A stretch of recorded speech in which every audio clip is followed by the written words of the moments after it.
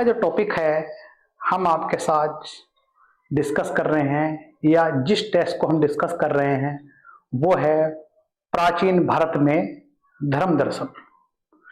अब देखिए, इसके अंतर्गत जो पहला जो प्रश्न है वो है, निम्नलिखित में से शून्यवाद के व्याख्याकार कौन थे।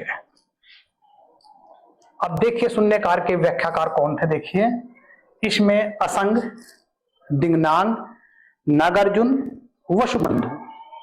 देखिए आंसर बनेगा इसमें सी, नागा अर्जुन। आंसर बन गया हमारा सी। अब देखिए, नागार्जुन जो थे शून्यवाद के प्रवर्तक थे, यानी शून्यवाद का इसे जो है मैं एक तरह से समझिए आविष्कारक कहते हैं।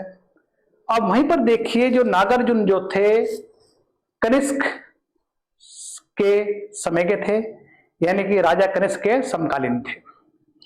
नेक्स्ट क्वेश्चन देखिए हमारा जो है, हिंदू यवन या हिंद यवन राजा अंतलिकली के राजदूत हेलियोडोरस द्वारा स्थापित गरुड़ स्तंभ कहां स्थित है। यानी कि हेलियोडोरस द्वारा स्थापित गरुड़ स्तंभ कहां स्थित है। ए नासिक, बी मथुरा, सी मेहरौली, डी विदिशा। देखिए इसका आंसर बनेगा विदिशा, यानी डी आंसर है। कहने मतलब देखिए जो है, हेलियोडोरस द्वारा स्थापित गरुड़ स्तंभ जो है विदिशा में स्थित है। हेलियोडोरस हिंद यवन राजा अंतलिकत का राजदूत था। नेक्स्ट क्वेश्चन देखिए हमारा, कला में विष्णु के किस निम्नलिखित अवतार को समुद्र से पृथ्वी पर उद्धार करते हुए अंकित किया गया है। यानी कला में विष्णु के किस निम्नलिखित अवतार को समुद्र से पृथ्वी पर उद्धार करते हुए अंकित किया गया है। अब देखिए इसका आंसर बनेगा, देखिए मत्स्य, कूर्म, नरसिंह, वराह। इसका आंसर बने वराह, यानी डी आंसर बन जाता है। अब देखिए इसमें जो है, समुद्र से पृथ्वी का उद्धार करने वाले विष्णु का जो अवतार है वह है वराह अवतार है। अब देखिए जिसका वर्णन जो है प्राय भागवत गीता में भी मिलता है। किसका? देखिए वराह अवतार का। मतलब एक तरह से लिए पृथ्वी से समुद्र का उद्धार करने वाला विष्णु का अवतार है, वराह अवतार है। आंसर बन गया हमारा डी। नेक्स्ट, निम्नलिखित में से कौन एक महिला अलवार संत है।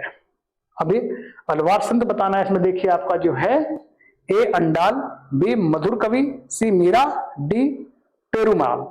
ये बनेगा ए अंडाल, यानी आंसर बना हमारा ए। अब देखिए, अंडाल महिला अलावर संतों की एक प्रमुख एकमात्र महिला है। अंडाल जो है महिला अलवारों संतों की प्रमुख एकमात्र महिला है। ये समझ लीजिए, इसका आंसर बना हमारा ए। नेक्स्ट, जैन धर्म में कर्म परमाणुओं के पूर्ण विनाश को सूचित करने वाली अवस्था को कहा जाता है। देखिए, जैन धर्म में कर्म परमाणुओं की पूर्ण विनाश को सूचित करने वाली अवस्था को क्या कहा जाता है। ए आजीव, बी आसर्व, सी पार्श्वनाथ, डी निर्जरा। इसका बनेगा आंसर डी निर्जरा। देखिए, निर्जरा से जो तात्पर्य है वो जीवों के कर्म परमाणुओं का नाश होना है। यानी निर्जरा मतलब जीवों के कर्म परमाणुओं का नाश होना है। जैन धर्म में कर्म परमाणुओं के संपूर्ण विनाश को सूचित करने वाली अवस्था वह निर्जरा कहलाती है। आंसर बना देखिए हमारा डी। नेक्स्ट, सर्पफण निम्नलिखित में से किसका लांछन है। सर्पफण जो है बताना है, इसको जो है प्रतीक है। इसका आंसर देखिए हमारा ये बनेगा पार्श्वनाथ, यानी सी। देखिए आप जो है, जैन धर्म के 23वें तीर्थंकर पार्श्वनाथ का प्रतीक चिन्ह है सर्पफण। आंसर बना सी। नेक्स्ट, निम्नलिखित कथनों पर विचार कीजिए। इसमें देखिए आपका इसका आंसर देखिए आप जो है, बुद्ध पुनर्जन्मों के सिद्धांतों में विश्वास नहीं करते थे। बुद्ध ने नित्य आत्मा के अस्तित्व को संबंधी विचार को अस्वीकार किया।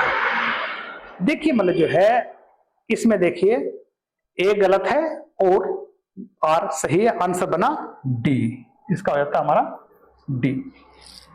नेक्स्ट क्वेश्चन देखिए आपका, तृतीय बौद्ध संगति की अध्यक्षता किसने की थी? यानी तृतीय बौद्ध संगति की अध्यक्षता किसने की थी? यह बना हमारा अश्वघोष, महाकश्यप, मोगली पुत्र, वसुमित्र। यह बनेगा मोगली पुत्र, यानी कि मतलब है सी आंसर। अब देखिए मतलब जो है 250 बीसी में पाटलिपुत्र में बौद्ध की तृतीय बौद्ध संगति का आयोजन हुआ। कहां पर? पाटलिपुत्र में। कब? 250 बीसी में। तृतीय बौद्ध संगति के अध्यक्ष मोगलीपत तिष्य थे। यह संगति मौर्य सम्राट अशोक के काल में संपन्न हुई थी।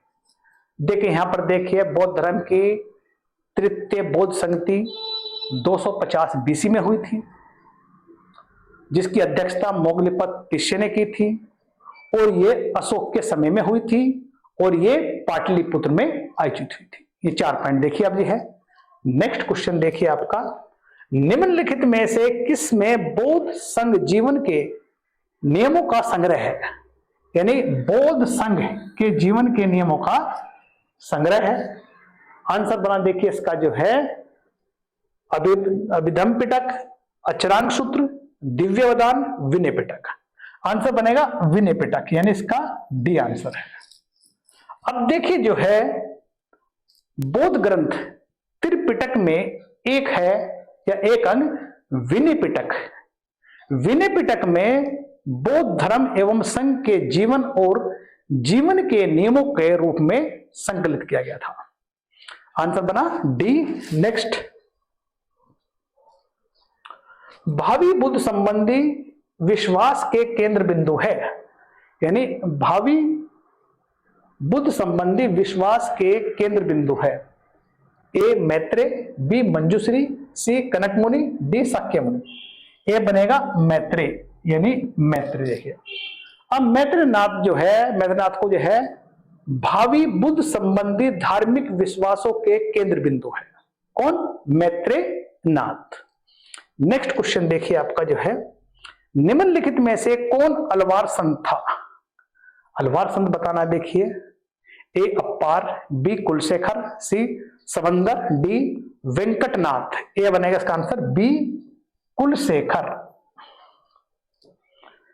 अब देखिए दक्षिण भारत में स्थित केरल के राजा कुलशेखर अलवार संत था।